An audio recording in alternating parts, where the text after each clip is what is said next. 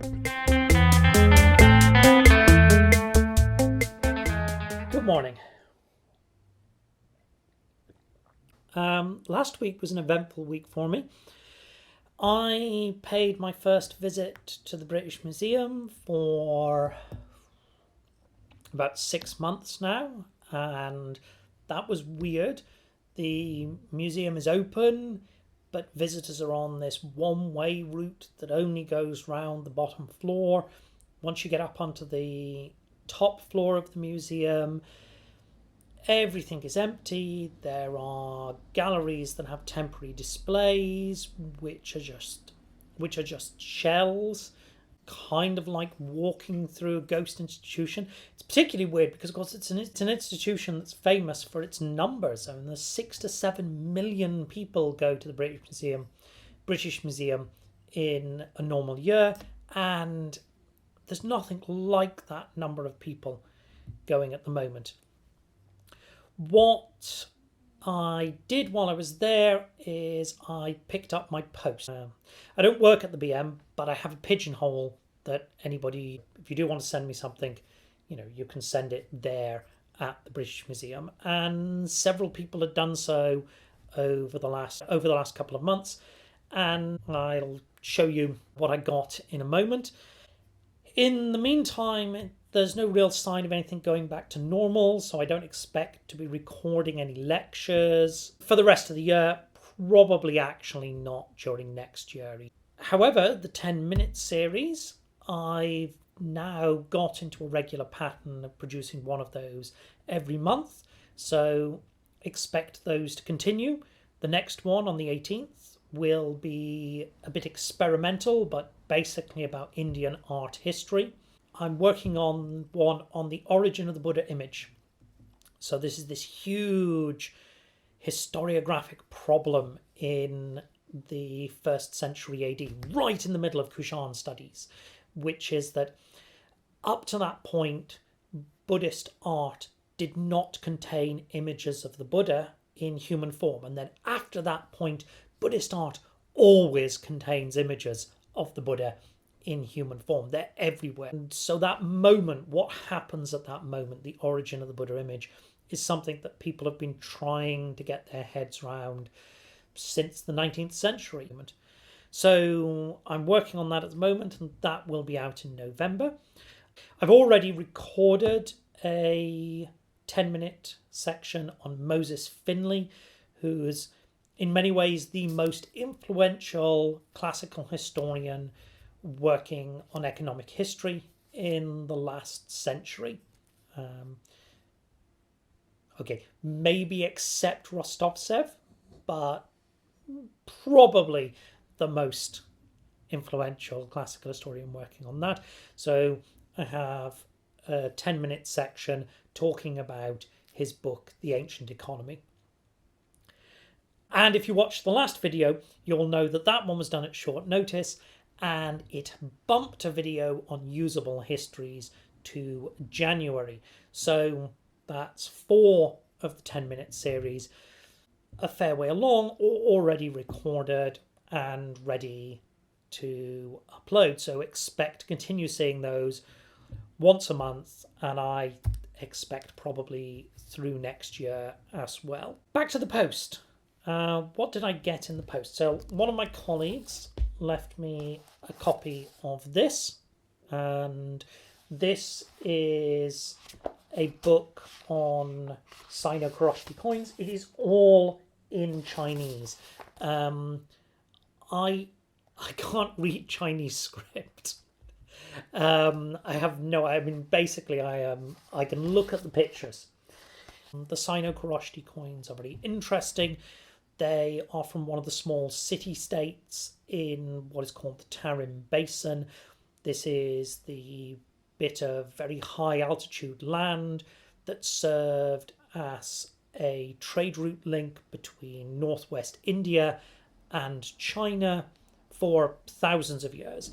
These coins show both Chinese features and features, particularly the use of the Kharoshthi script, so the Sino-Kharoshthi. So that's a useful book. That's kind of in my research area. I also got this doorstop of a book, Hunnic Peoples in Central and South Asia, edited by Daniel Balogh, and it's a compilation of sources on what are broadly referred to as the Hunnic peoples of Central Asia. And these don't really, other than the name, have anything to do with the Western Huns or to do with the Xiongnu.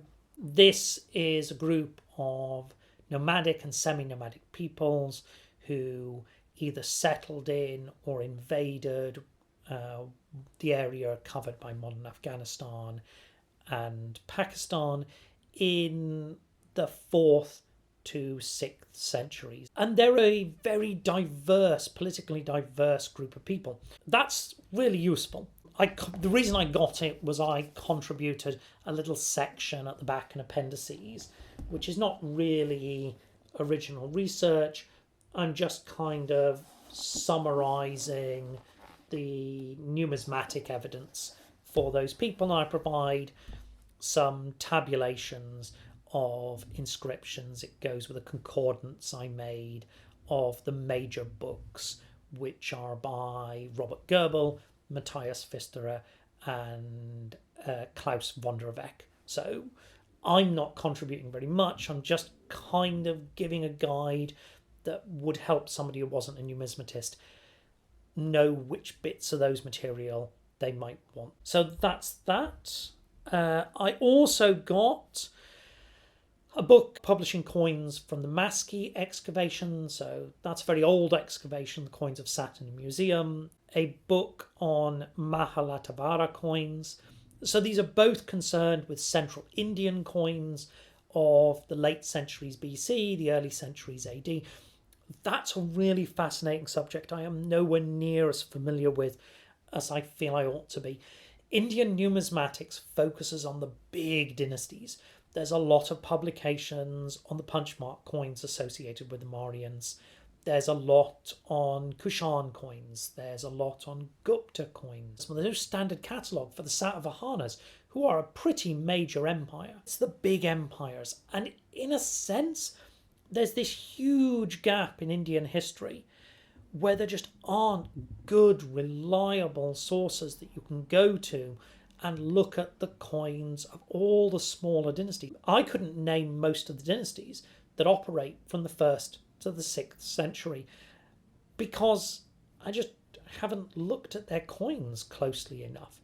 And some of this is really weird. The Nagas of central India who have this huge copper coinage, absolutely enormous, and there's virtually nothing published on it. So those both really useful. And why am I not showing you a copy of those? Well, pretty simple answer. I don't physically have a copy here. So sometimes when I get a book, obviously I keep the book because it's in my research area and it goes into my personal library, and that's fantastic. In some cases, I might not know a book exists unless somebody sends it to me, and therefore I wouldn't even know to go out and buy myself a copy. But with things where it's not directly my research area, what will often happen is I will give the copy I receive to the British Museum Library when I receive it. It does far more good for a book that I will only really consult very occasionally to be in a library where lots of people can access it rather than just sitting around on my shelf.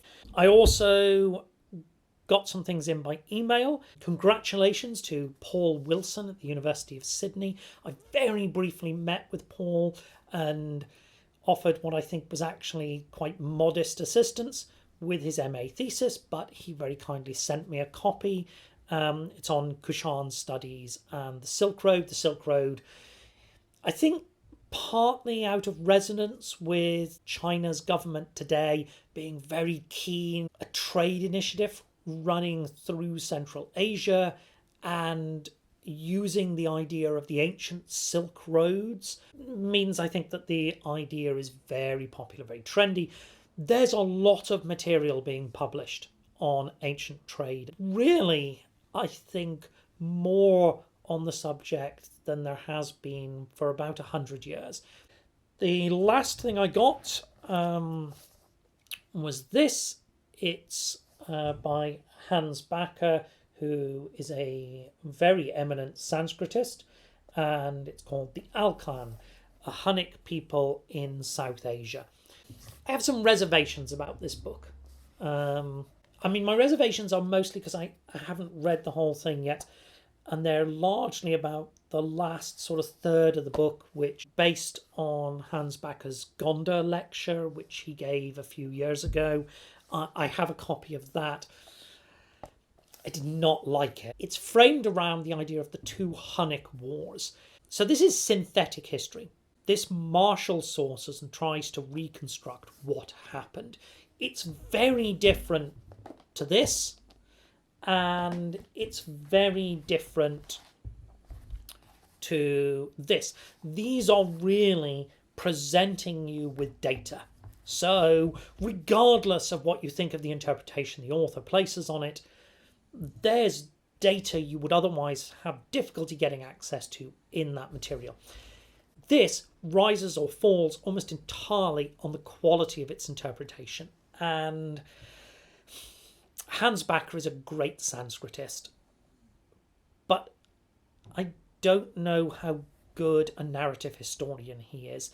Certainly, in his Gonda lectures, when he talked about the First and Second Hunnic Wars, it became very, very clear he had no idea how to do military history at all.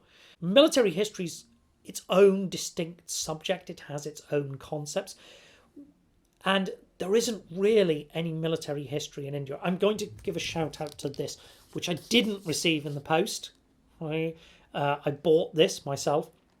It's Upinder Singh's recent book, Political Violence in Ancient India. There is no question Upinder Singh is one of the great narrative historians of her generation.